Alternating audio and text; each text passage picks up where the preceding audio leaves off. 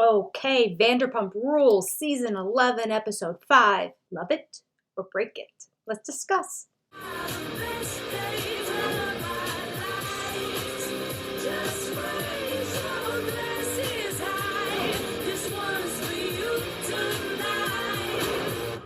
So James is in the car with Graham and he's going over and they show Allie in her apartment sitting alone waiting for the dog to come. My first reaction was this is all a made up scene that she's already seen Graham, etc., etc.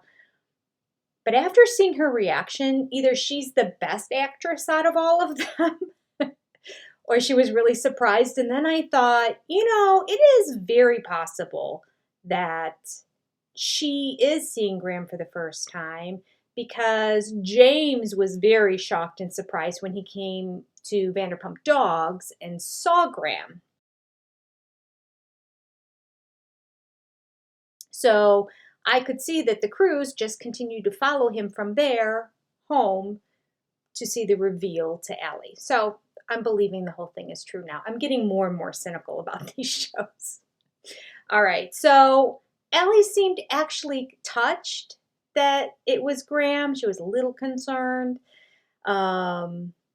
Banks looked at him. She just picked him up and everything was fine. But later on is the preview that we saw in the last episode where they were sitting outside with him and talking about what they need to do to take care of him. And he starts really barking at Mr. Banks, the cat, through the door. And it was freaking Allie out.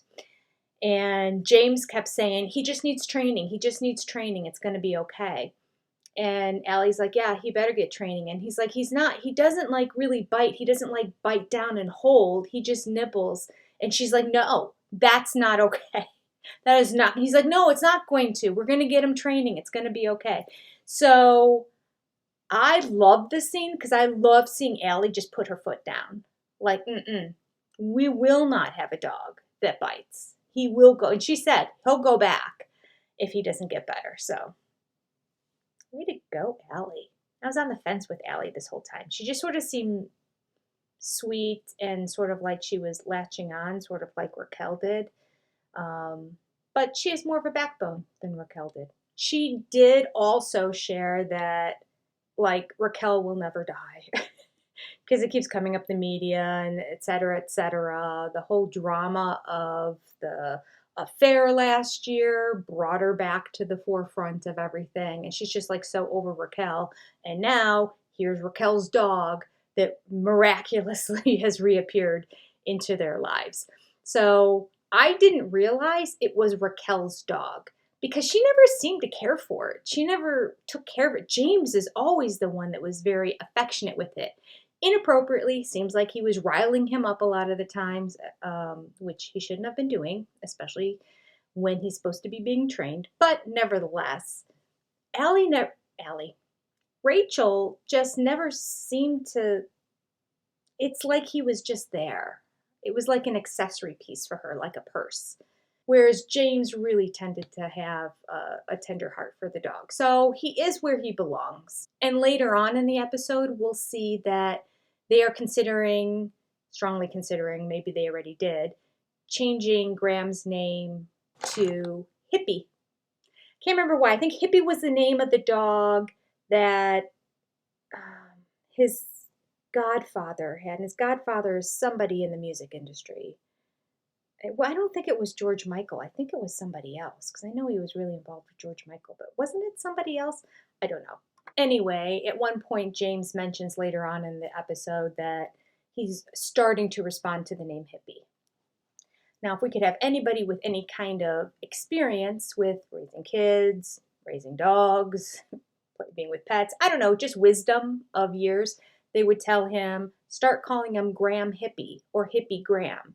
And use that together and then eventually start fading off the name Graham. Then he won't be so confused. This poor dog's been through it. I just want to say about James and Allie's house. I saw on this episode, which I don't know if they've ever had this before, or I don't always read all the little captions with it, like so-and-so's apartment, so-and-so's apartment. Like I know whose apartment it is once you see them in the apartment.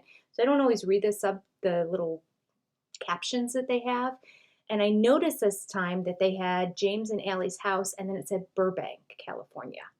Now it makes more sense. No wonder their little area that they lived in was cute. Burbank, cute city.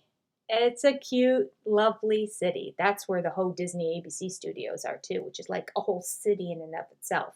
And then, of course, all the execs and employees and all that work there, they all live in Burbank. Burbank's it's an affordable-ish, I mean, compared to the rest of California, it's an affordable place to live. So it's the Burbank airport they live by, which isn't as bad as by LAX. You're not going to get as much airline traffic coming in and out of Burbank.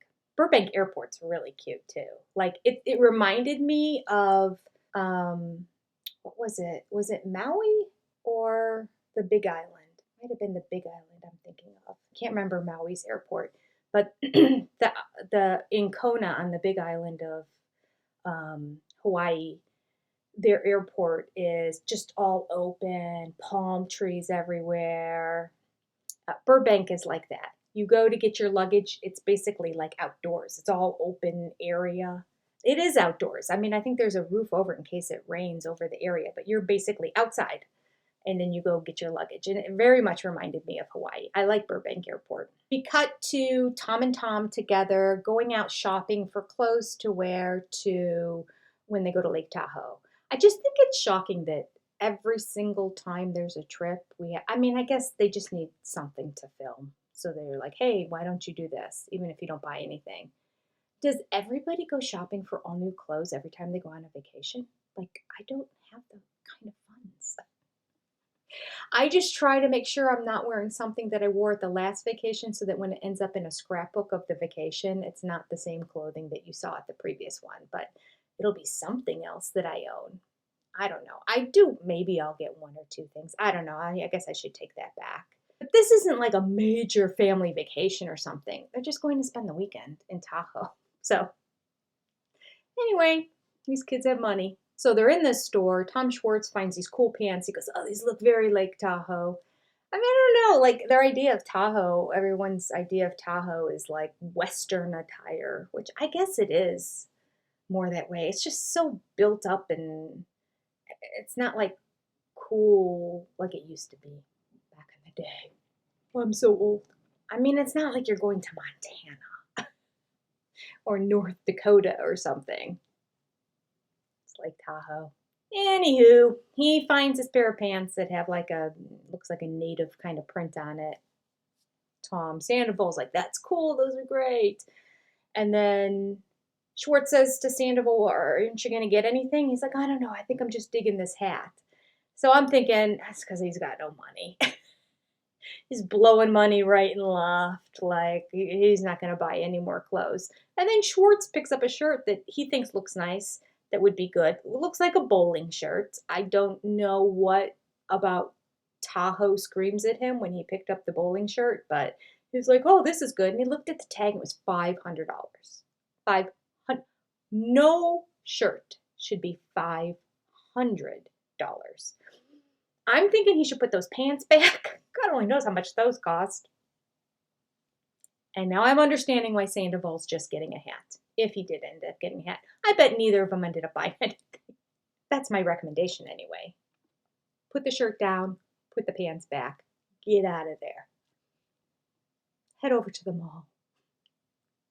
Get something at American Eagle. It would be just as fine for Tahoe. Schwartz says to Sandoval in the store, oh, I just got a notification here from some news article that said Raquel is released and is no longer in the rehab facility, and she goes by Rachel now, that she's going back to part of her healing and new life is going back to Rachel. Did you know about that? And Sandoval said, yeah, no, I knew about that. And I knew she was out, but he's like, she hasn't contacted me. And I've texted her since I heard she was out. And the message is blue and they've always been green because I guess her phone was off in the facility even though she had it, and somehow Lala noticed that she read her text. So I don't know, maybe a certain hour a day. Well, that's probably it, because he said he was surprised that she hadn't called or texted him back in like over 3 weeks now. So he said, well, when she didn't contact me on my birthday, I knew things were not good, and I didn't understand why. So I sent her another text when I heard she was out, and she hasn't responded. Was it worth it, Tom Sandoval? Was it worth it? You've lost all your friends. You're the evil villain of America. You've lost your longtime live-in girlfriend. And now this piece of A that you've had on the side, your little side piece, is over with you. Sucks to be you. And this is all because of what he did. It's all his fault. Here are the ramifications and the consequences that come for the choices and the actions that he did. Sandoval said that he has been texting and trying to call her publicist as well. And the phone calls are just going to voicemail and she's not returning them. No response. I think once I didn't hear from Rachel on my birthday, I started to really think that something was going on and that she was purposely not talking to me. Her publicist is like sending my calls to voicemail. She just doesn't want to face the world. So he's saying that Raquel's not ready to face the world yet, which is funny that that's the interpretation, as opposed to she's upset with me or she's over me. It's she's not ready to face the world yet. And that's why the publicist isn't answering Tom Sandoval, her boyfriend of 7 months that caused her into this situation. It's because she's not ready to respond to the world? Or maybe you, Tom. But Schwartz comes back with the greatest one-liner. Yeah, I can't blame her. I didn't want to face the world, and I wasn't even a part of it. Listen, it's time to start healing and moving on. Yeah, right. Schwartz had to deal with so much. He didn't want to face the world. Raquel is just now starting to have to face the world. Luckily, enough months have passed by that it's kind of been old news by the time she got out of rehab. So Schwartz said, listen, this trip is perfect timing. It's a great time for a reset. And Sandoval said he's going to bring his cheery, happy self with him, which ought to be interesting to see because I've never seen the cheery, happy. I've seen the drunk, kind of happy Sandoval from being inebriated, but I haven't seen the genuinely sober, happy Tom. Looking forward to the trip. We cut to Sheena and Brock, who are in a store shopping for bathing suits for Sheena for the trip. She was going to get a new bathing suit. And first of all, there's a scene that I hated and a moment that made me want to almost vomit. This is it. That looks like Tahoe. Yeah, but I still have this. You had a kid in there. What are you talking about? I'm trying to one. Her stomach is completely flat. She literally pulled the skin out and said, I've still got this. I shouldn't be wearing a bikini. I mean, what does she want? The crying for attention of this generation is disgusting. Ew, look at this little piece of skin I have there. I don't think I should wear a bathing suit, right? Tell me how beautiful and hot I am, please. Get over it, Sheena. Gosh, I love Sheena, but now she went down 2 notches, maybe 3. It not only is not relatable to the majority of America, but it's sending the wrong message to have somebody that skinny talking about that she has baby fat she has to get rid of. Honestly, the worst message. Brock starts talking to her about the weekend and finding a sitter. Apparently Tori, that one friend of hers who's come over every now and then, that nannies for another family, is not able to come because the other family has now had a baby. So I guess they need her more often, like round the clock, so she might not be available on weekends. That's my interpretation. The story's very unclear. It doesn't make a lot of sense as they go back and forth. It's like, but they said she was a nanny before, but now she's not available because there's a baby, so they don't explain why she was available, but now she's not available just because of the baby. Like, was she nannying or was she not nannying? And he wants a nanny. Brock wants a nanny. I think he means a babysitter. Really frustrating to me that they keep using the word nanny. Nanny's a full-time job. That's an occupation.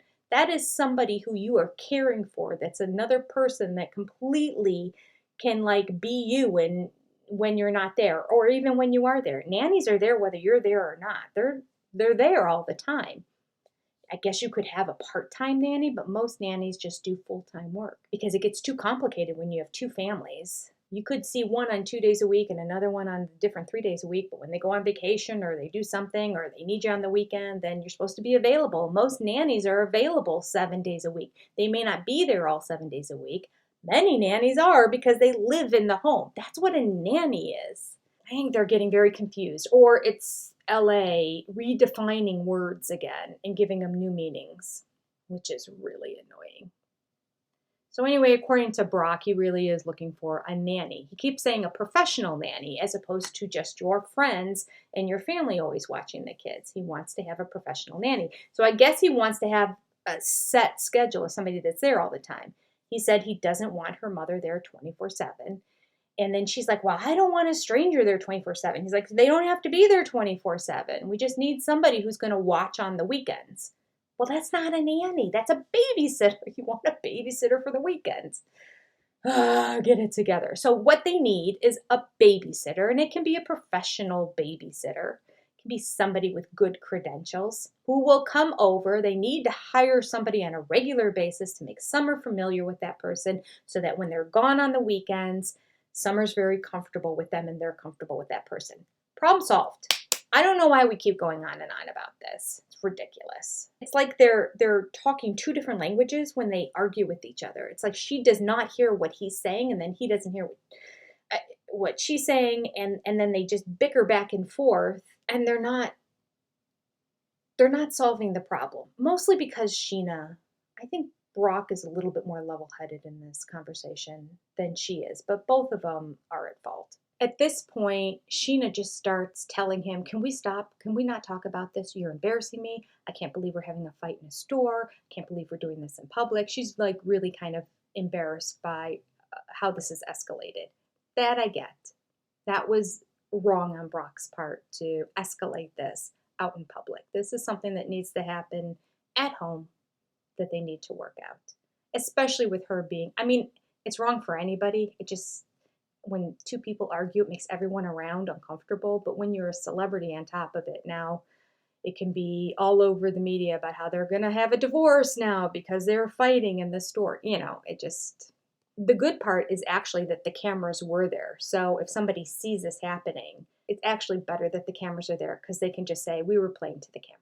So James mentions that now he has his dog back, but they had planned to go to Lake Tahoe.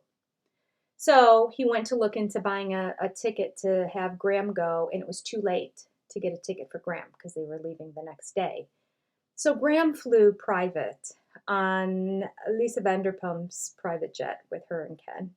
He looked like he had a grand old time.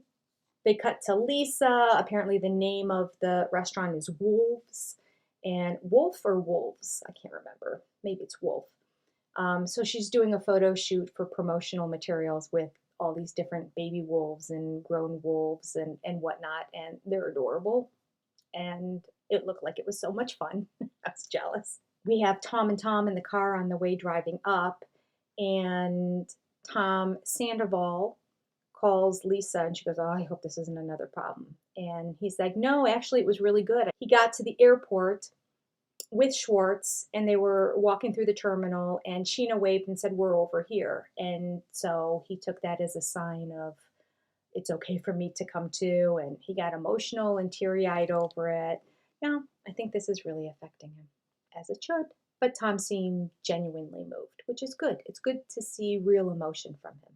At the lake house, all is well. Sheena and Brock get in some little fight about laundry. Sheena said that everything's bothering her about him because they haven't resolved the last issue. So now things are really bugging her. And I did not like the way he handled it. Apparently he turned a lot of things white because he put some red shirt in with whites, which seems like the most basic thing you learn about laundry is to separate whites and colors. But so they get in a little tiff about it. And he's like, well, if you would have done the laundry, then, you know, this wouldn't have happened. And no, Brock, wrong, step down.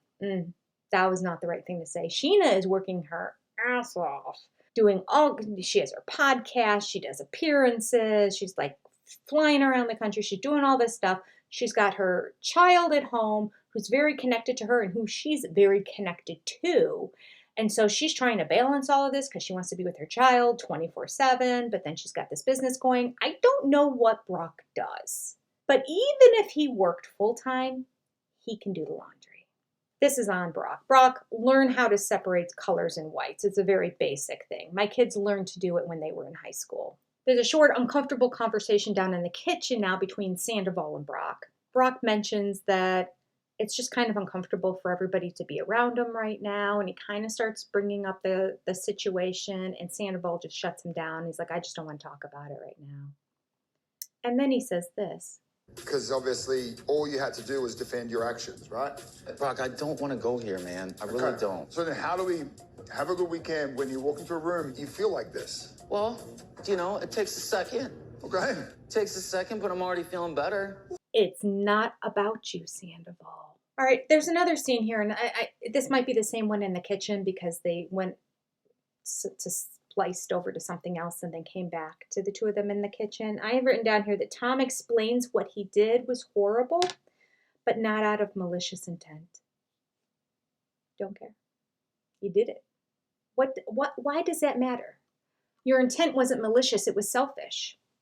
It was 100% selfish. And so that's okay. It's okay to be completely selfish. You can do whatever you want. You can go into a store and steal something. You can sleep with your friend's wife.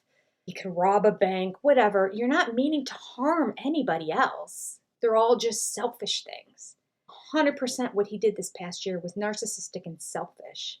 And because that's the reason why he did it, people should all forgive him because he didn't mean harm to other people, which is ridiculous because, again, the narcissistic brain doesn't understand how everybody else is going to get affected by this. So to begin with, he's wrong just in saying, well, I didn't have any malicious intent. I don't know why people are so upset. But let's take it to the next step. Now that you know that everybody is still very hurt and affected by what you did, no matter what your intent was, respond to it. This is where the breakdown is happening. He's convinced because in his mind, he didn't mean harm to other people. I don't know how he can justify not meaning harm to Ariana, his 7-year-long girlfriend that he owns a house with, while he's having a 7-month-long affair, many of the trysts in their home. That is so tunnel vision to think that he meant her no harm. I guess he just means I didn't go out. I wasn't so angry at her that I had an affair to get back at her. Doesn't matter. In the end, hurt is hurt. Tom Sandoval needs to grow up and realize this. I have written here that in this whole conversation, Brock then explains the situation again to Sandoval, who hears it but never seems to process the words. And he does a great job of it. I wrote here, I'm digging Brock more and more. And he seems to be the most mature voice of reason on this show. He might be the oldest one, too. He might be even older than Sandoval. I don't know. He's definitely more mature. Brock states, Sandoval, your feelings are valid. We are not your enemy. We are just very hurt friends. That's all it is. Laying it out on the table. But Sandoval's just like, but I didn't mean to. God, he's the worst. In fact, here's a clip of Sandoval's distorted interpretation of those great words that Brock said. I feel like they're expecting me to just come in and grovel at their feet and beg for forgiveness. You know what, Sandoval? Maybe just do that. Humble yourself. Grovel. Beg. And see if, just maybe, that behavior, the ability to humble yourself and grovel and beg, might yield a different response from everybody else rather than being on the defensive. Just a suggestion. They failed to acknowledge how they came after me. Sandoval, you are not the victim here. Stop. They're talking about me on social media, selling merch. Who cares? Conspiracy theories on podcasts. That's the same thing as talking on the social media. And then he doubles down and says, this isn't about them forgiving me. It's about us having to work it out. They're failing to acknowledge the way they came after me, talking about me on social media, selling merch, hardcore, pushing conspiracy theories on podcasts. This isn't just about them forgiving me. This is something we need to mutually move on from together. No, no, no, no, no, no, no, no, no, no. So Sandoval announces to the group that the next morning he has arranged for a lady to come and do guided meditation with everybody in the morning. And he said that this guided meditation he's been doing, and it's been really helping him cope during his period of sobriety that he's in. Again, let's backtrack. He's not in sobriety for himself. He's doing it together with Rachel because she cannot have a drink. How long do you think this is going to last after he realizes she's not coming back? The minute he's not doing it with her anymore, he's back to drinking because he was never doing it for himself. Mark my words. I'll eat crow if I'm wrong. But I think this is all about trying to impress her while she's gone. It has nothing to do with trying to heal himself, especially because he said he's trying to learn how to cope with everything. He's getting high. That is not coping. That is the opposite of coping in dealing with your problems. We see Lisa walk down the steps towards the group, and she's got Graham, and James shows it to everybody. They're shocked. They're like, is that really him? And they're like, had so many questions and all that. And James did a really good job of not throwing Raquel under the bus. He could have really, really gone after her. He didn't. He just said, yeah, he's been through a lot, and this is what happens when you don't take care of your dog, basically. In a talking head, we have Sandoval saying, oh, I could say so much, but I'm not going to because it doesn't seem like the time or place. Yes, Sandoval, keep your mouth shut. You are not involved in this dog situation whatsoever. It is between James and Raquel. And I'm like thinking, okay, I'm so glad he's not going to say anything. And then we cut to the scene where he's sitting next to Allie, and he's starting to tell her all the things. Oh, that dog bit here, it bit here, it bit here. Whatever. It's fine. It's information that they need to have anyway, but it's just Sandoval defending Raquel, which is annoying. And this is the point where he said that he attacked many people. I would like that qualified because I find it hard to believe it was truly an attack. It might have been like a bite on the hand, and if it breaks the skin, maybe you can classify it as an attack, but I mean, I've seen people attacked by dogs, and they have lifelong scars to show it. And it usually is them going after the face. So we'll see. I hope he didn't attack anybody. I hope that this is just hyperbole, and everything's going to be good going forward. Ariana's on the phone at home with her designer, who I'm guessing helped stage and design and get furniture and everything for their home. She said that she's come to terms with selling the house. Hallelujah. Yes, that was the right decision, selling the house to Tom, because he doesn't want to put it on the market. However, she said that the furniture was jointly acquired by them, so she needs a fair price for it. A lot of it was custom made. Other pieces were just from real high-end expensive locations and stores. But then she goes on to say, I own the majority of this furniture. So it was jointly acquired and you own the majority of it. I don't know. Jointly acquired to me would mean you both went in together. So don't understand what jointly acquired means other than you both contributed taste-wise into what you want. But yeah, she should get a big ticket for it. She wants it. She wants all the furniture, and she wants to leave him with an empty house. Or maybe, I don't know. She just needs to come up with a huge high price and say it includes everything. Why would you want any of that furniture that you two together picked? Let him have it. Who knows what couch he and Rachel were on? I mean, ugh. Get rid of all of it. Get all new stuff, Ariana. Back in Tahoe, we have Sheena and Brock back in their bedroom, at which point Brock apologizes to Sheena for his actions when he was in the store, which I thought was really good. He should have. It was the wrong place to bring it up again and to initiate a fight, but I like Brock. We go to Wolf, the location where the restaurant will be, which is really just a construction zone right now. And Lisa has some drinks there for everybody, and so that they can see the place, she has a sledgehammer, and she goes, we're taking that wall down, so each of you can hit the wall, and anything that aggravates you or angers you or anything you need to get out, go ahead and hit the wall and scream it out. And Brock's like, yeah, leave it on the wall. He's been therapized. So they start hitting the wall. James hits the wall first and says, "You should have looked after Graham better." Schwartz hits the wall and says, "I don't want to be single at 40. Of which everyone's like, "Oh." That's not true, Schwartz. You never wanted to get married in the first place. You dragged your feet for like 2 decades. And then you said you're never going to get married again. So, I mean, I guess maybe he just means in a relationship, which we'll get to that in a second. Sheena hits the wall and just yells out, "MFing a restraining order."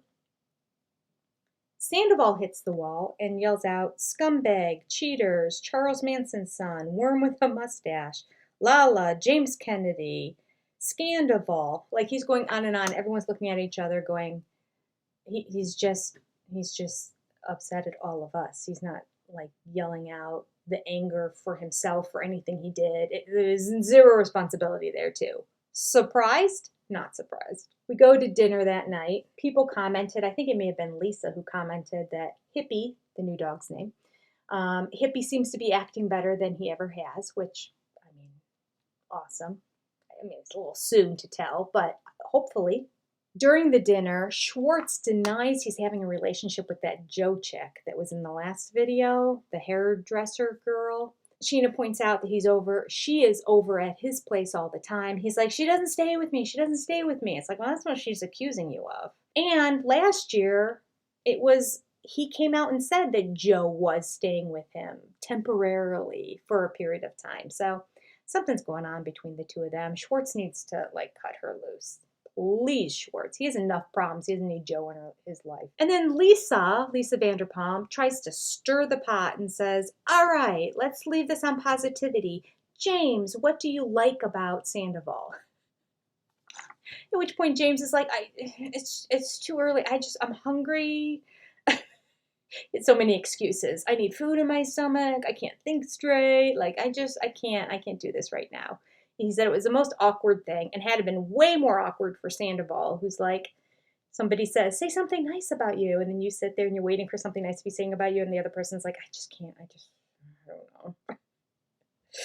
It had to be awkward for Sandoval, but nobody has said anything nice about him in the past year. So, come see, come saw, same thing.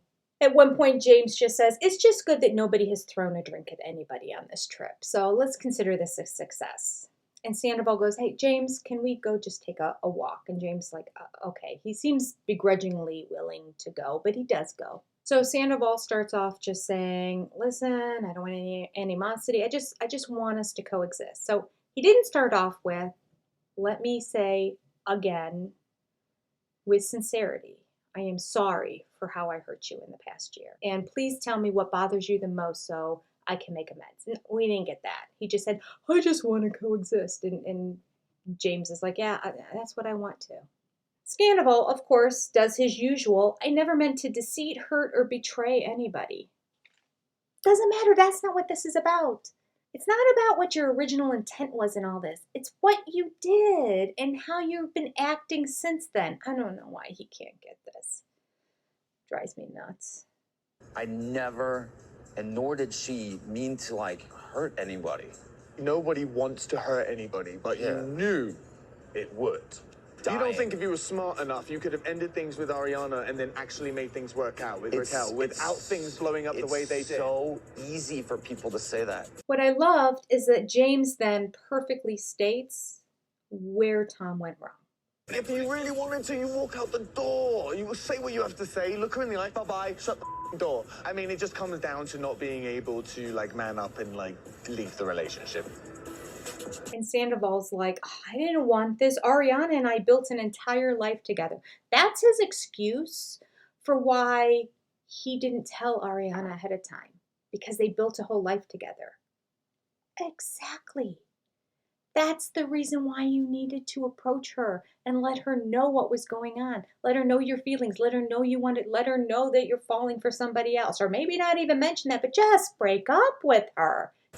Ariana and I have built our entire life together. It might be that easy for you to do that, but it's just... If that's what you wanted, if that's really what you wanted, honestly, yes. Okay. It's crazy to me That can be his excuse for why he didn't tell her, because they built a whole life together. I mean, what? So you just wanted it to keep going like that? We built this whole life together, so, I just want Rachel to be my side piece. How long is she going to do that? She did for 7 months, at the detriment of her career and partial sanity, and definitely her reputation. I wrote down here, Tom is just too weak to break up and face the music. He wants his cake and to eat it too, and it just blew up in his face. He needs to deal with it and stop avoiding. Yeah. James says to Sandoval, do you think that you're going to be with her now that she's come out? And Tom Sandoval says, I don't know. And he adds, I'm torn between resentment and love. Resentment? You're resenting her? For what? That one little part of the interview at the end where she admitted she knew this longer and that Tom told her not to say anything? He's holding that against her?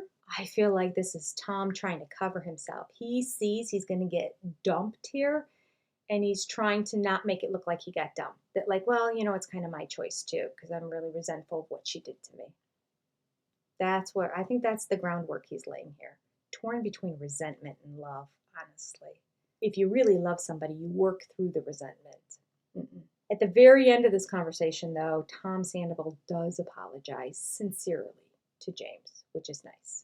And James points out that the reason why this is so hard is because Tom Sandoval was like a big brother to him for all these years. He's the one guy who always had his back. He's the one guy who always told him the truth. He's the one guy who never let him down in all of Hollywood or LA. And now that one guy's gone. So it's just hurtful because he said he was like a big brother, and yeah, we can kind of get back together again, but it'll never be like it was, which is true. At the end of the conversation, Tom goes in for a hug and... Listen, at your ease, we'll work through this, okay? And I promise to listen to you better, okay? Let's just get through the night. It's a good chat. Yeah, right.